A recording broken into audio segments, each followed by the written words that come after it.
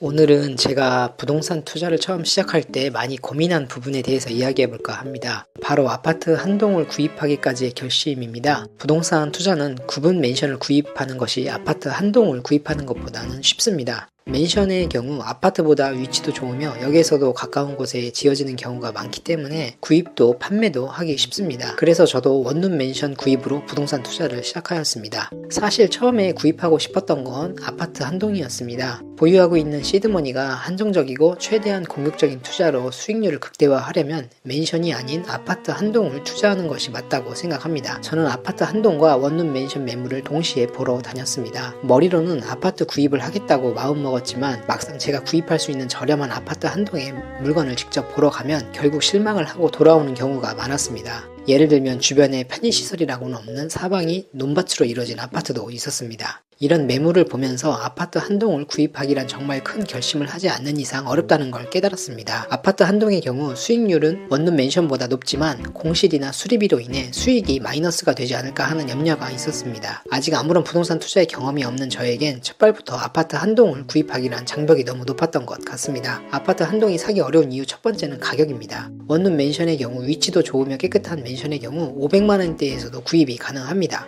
하지만 아파트 한 동의 경우 최소 1,500만원에서부터 시작을 해야 한다고 볼 수 있습니다. 그나마 깨끗하고 괜찮다고 생각되는 물건의 경우는 최소 3천만원을 넘어가야 된다고 생각합니다. 아파트 한 동 사기 어려운 이유 두 번째는 바로 위치입니다. 맨션의 경우 대부분 역에서 10분 이내에 위치한 물건이 많습니다.